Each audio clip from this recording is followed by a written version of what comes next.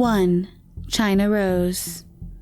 David Sims, a member of the Special Patrol Group of the London Metropolitan Police Force, was known for his excessive violence while on the job.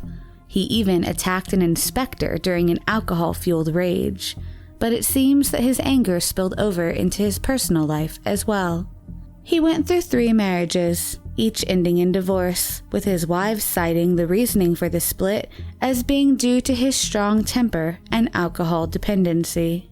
David eventually was forced out of the police force and went through a couple of failed jobs, including being the manager of a bar and running a used furniture business. In search of a 4th wife, he joined an international dating agency aimed at connecting men with women in the Philippines. It was in the Philippines that he met China Rose, 31, a woman to which he, 51, was 20 years her senior. They were married on Valentine's Day in 1988 and came back to the UK as husband and wife. In 1991, the couple purchased a rundown South End home to use as a fixer-upper. They got a roommate, Jeffrey Paston, who was also an older male with a younger Filipina girlfriend, and the 4 started to redo the home to make it more habitable. David was still not doing well work-wise, and in 1992, he and China Rose traveled to Thailand to buy items to resell for a higher price back in the UK, another failed business, which he operated under the name Anthony Peter Lewis. He even introduced himself to new people as Tony, not as David. To help with the finances, China Rose got a job at a retirement home for the elderly in early 1993, but admitted to her sister Joy that every day was a struggle as David had become increasingly temperamental and violent. She said that almost every day he would beat her and that she wanted to leave him but had nowhere to go and no money to support herself with. Joy recalls that David once said to China that he would, quote, get someone to kill her because it would be cheaper than getting a divorce. That would be one of their last conversations. On Valentine's Day of 1993, the couple attended a family party where China Rose, distraught, expressed her desire to return to the Philippines to see her sick father. Despite her close family ties and frequent communication, she never contacted her family again, and that party was the last time anyone can confirm she was seen alive. 2 months after the party, David dropped off the face of the earth as well. He had 2 daughters from a previous marriage, and although he was never close to them, it worries family members that he has not attempted to contact them. Some believe that this is evidence of his demise, as he always, without fail, sent birthday and Christmas cards to his daughters. In 1996, police finally made contact with David's roommate, Jeffrey Paston, now living on an island off the coast of Manila, who admitted that, in 1994, David had contacted him and asked him to sell the house and put the £50,000 profit in an account under the name Anthony Peter Lewis. Later, a third party, who claimed to be a representative of David's, would withdraw £40,000 of that money. The roommate claimed that he had felt pressured to sell the house and deposit the money out of fear of what he claimed were heavy characters involved in the couple's disappearance, though he would not elaborate further. Because there is still over £10,000 in the bank account, investigators think that that could mean one of 2 things. Either David is dead, or he had such a financially stable life that he now felt it unnecessary to procure the last of the money. One detective working on the case says that their leads have shown that David had connections in the bar and entertainment business in both Manila and Thailand, and that he could have been dealing drugs or could be involved in the trafficking of drugs. If this drug connection is true, that means he and/or China Rose may have been murdered as a result of this dangerous connection. Although there is a third theory that he is just too scared to access the money, as that could lead to him getting caught and initiate further questions about China Rose's disappearance. In 2001, police believed that David was living somewhere in the Far East under an assumed identity, but they were never able to locate him. As of now, he is not implicated in the death of China Rose, but is definitely a person of interest. Both China Rose and David are considered endangered missing. 2. Marilu Geri. The morning of Valentine's Day, 1986, around 10 a.m., Marilu Geri, 33, was found shot 4 times in her own home. She was pronounced dead upon arrival to the hospital. Her mother, Maria Serrato, was the one to find her lifeless body, but many believe that her discovery of the body was a pre-planned manipulation by Marilu's husband, as many killers try to manipulate the timeline by arranging for others to find the body so that they themselves are not the primary suspect. At 8:15 that morning, Marilu's mother received a call from Stephen Gerry, Marilu's husband, asking if she could come over and help her daughter set up for a luncheon. Maria, upon hanging up with Stephen, called her daughter to go over the details, but strangely, Marilu did not pick up. This concerned Maria, as she would have thought that if Marilu was already planning for the party, she would be answering her phone. When Maria arrived at the house about an hour and 45 minutes later, she found what she describes as a nightmare. Having found the home's door ajar, Maria walked into the house. Maria recalls the moment she saw Marilu in the back of the home. Quote, "She looked like she had fainted or something, and I started to kiss her in her face and touching her, and she looked like she was dead, and it got me completely, I was just like a wild person."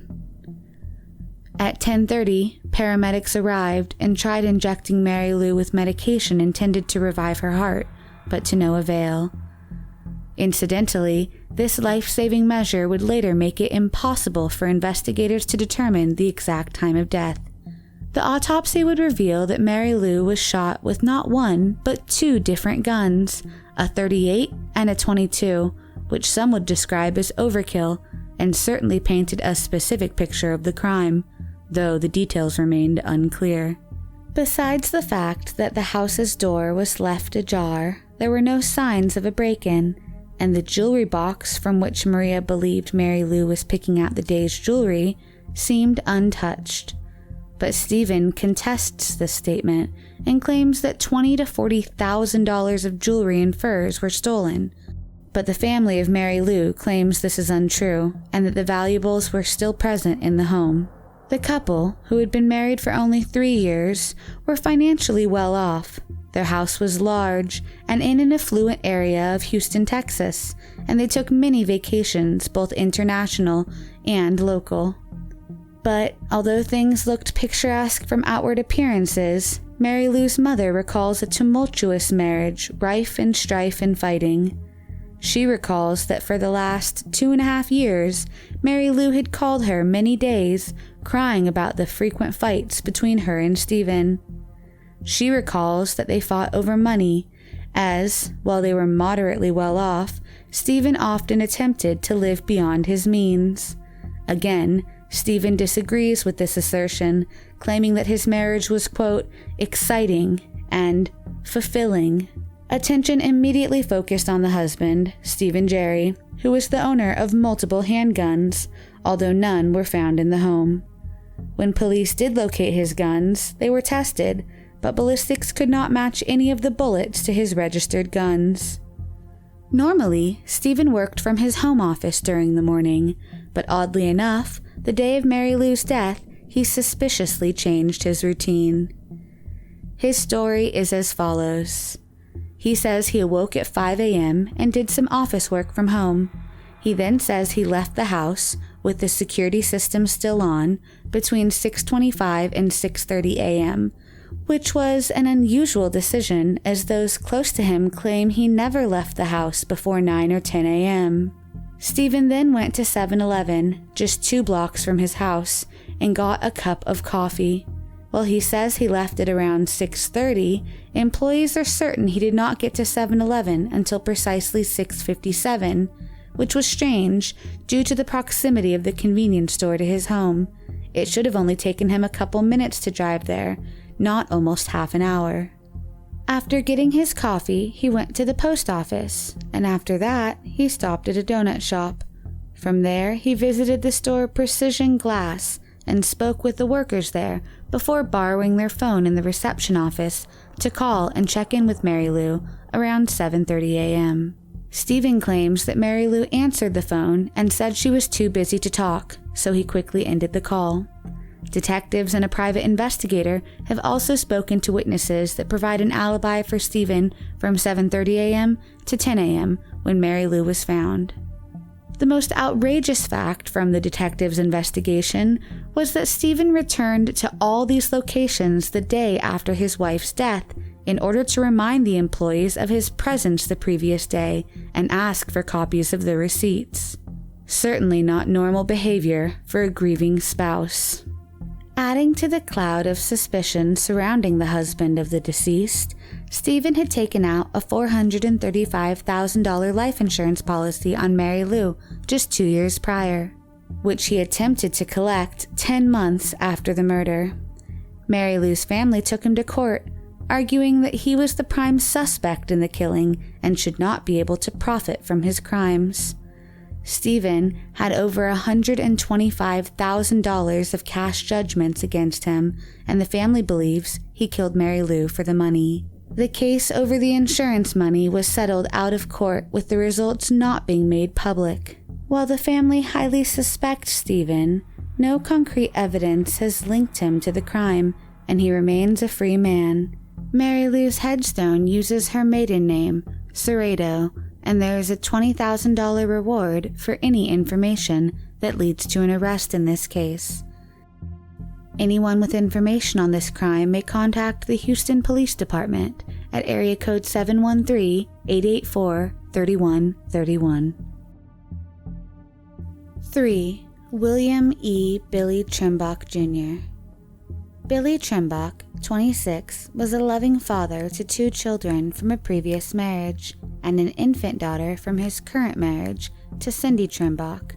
He also had a stepson, Cindy's, from her previous marriage.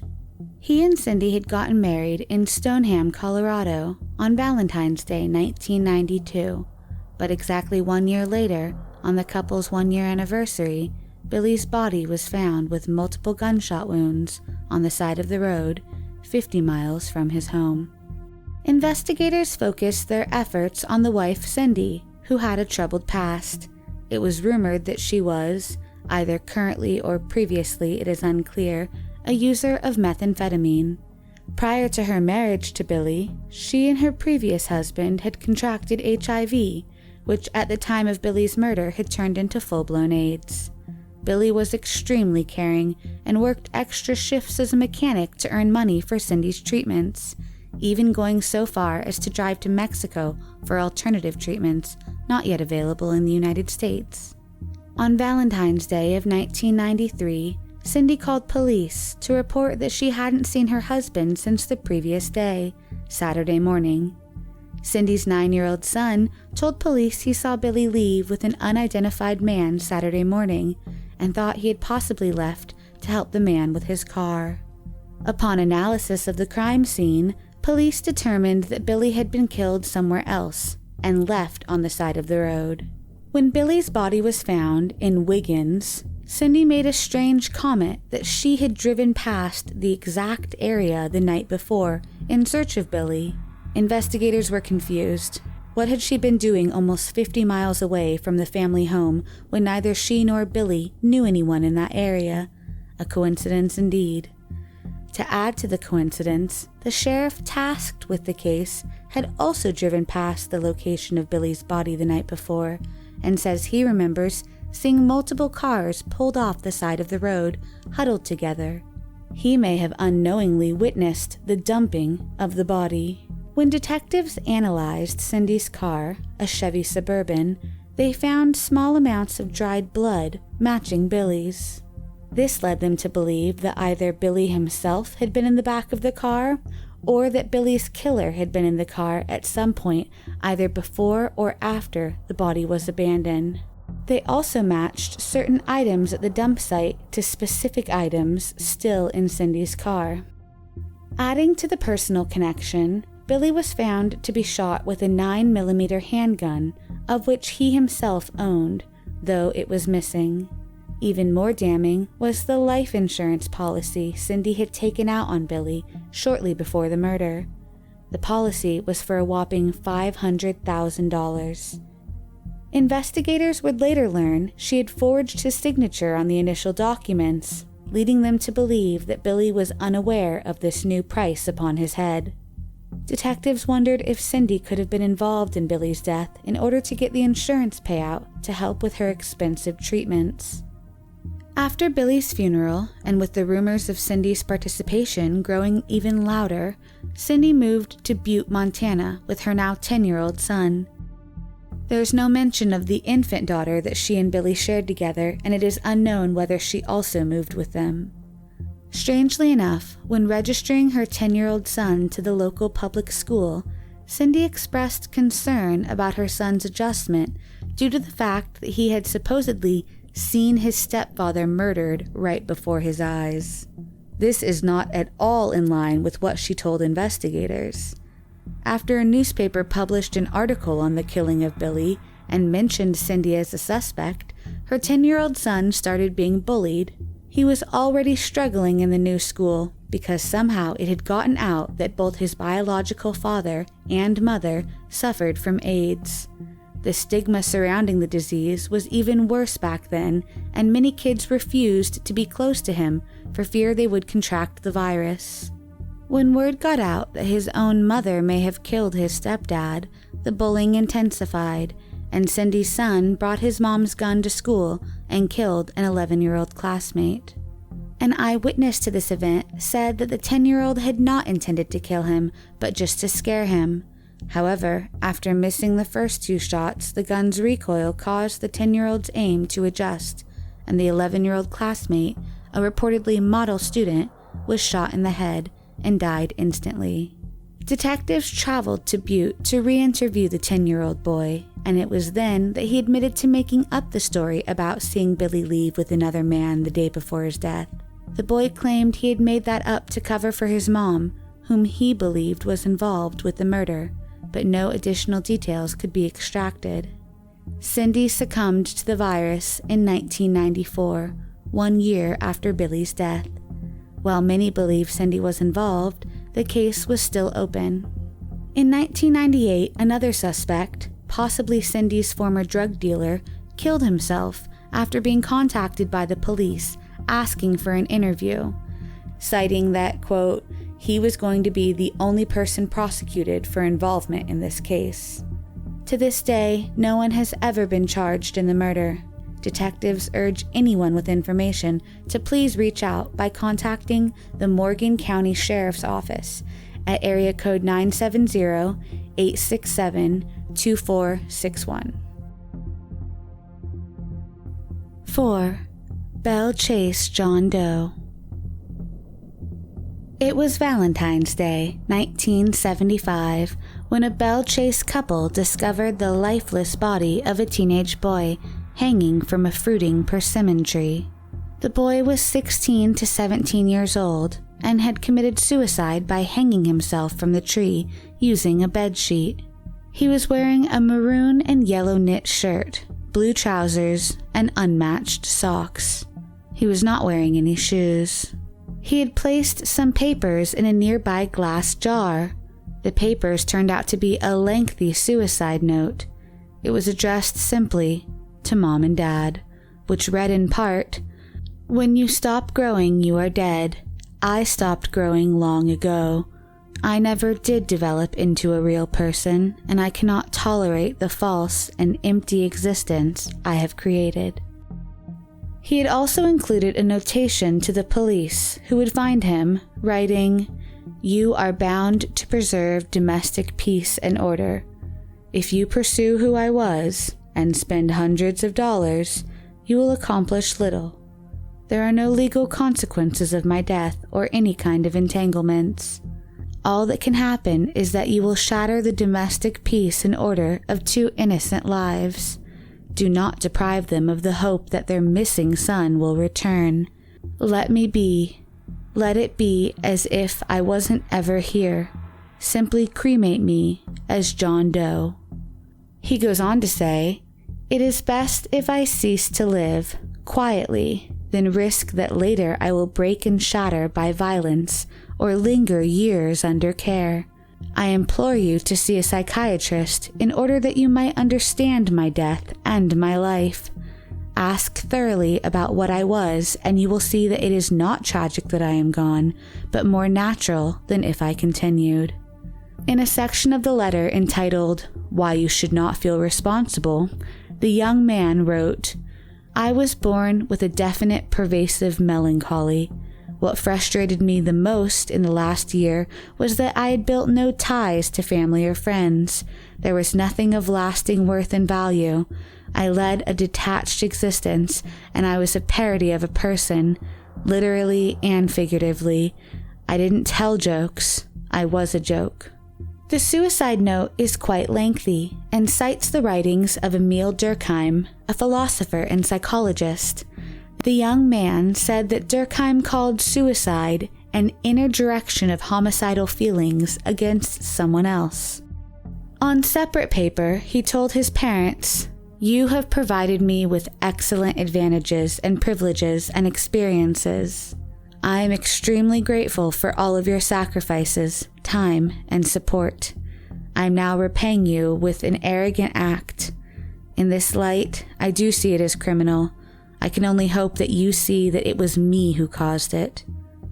The authorities circulated John Doe's description and fingerprints to police across the United States, but no positive matches have ever been made. The boy seemed to be intelligent and was extremely philosophical for a teenage boy. He refers to the advantages and privileges his parents provided, which could mean he was from a well-to-do family. Some people wondered if the boy had committed a violent crime, and because of guilt, he took his own life. There was no car found in the area, so he must have taken the bus or hitchhiked to the wooded area where he ended his life. In a twist, the boy did receive his wish to remain anonymous, as nearly 4 decades later, in 2005, due to the immense damage caused by Hurricane Katrina, all records pertaining to the case were destroyed. Thus, he can't be entered into databases of the missing and unidentified, and his grave cannot be located, which bars the possibility of an exhumation for DNA acquisition or forensic isotope analysis, making it all the more likely that he will forever remain unidentified and unclaimed.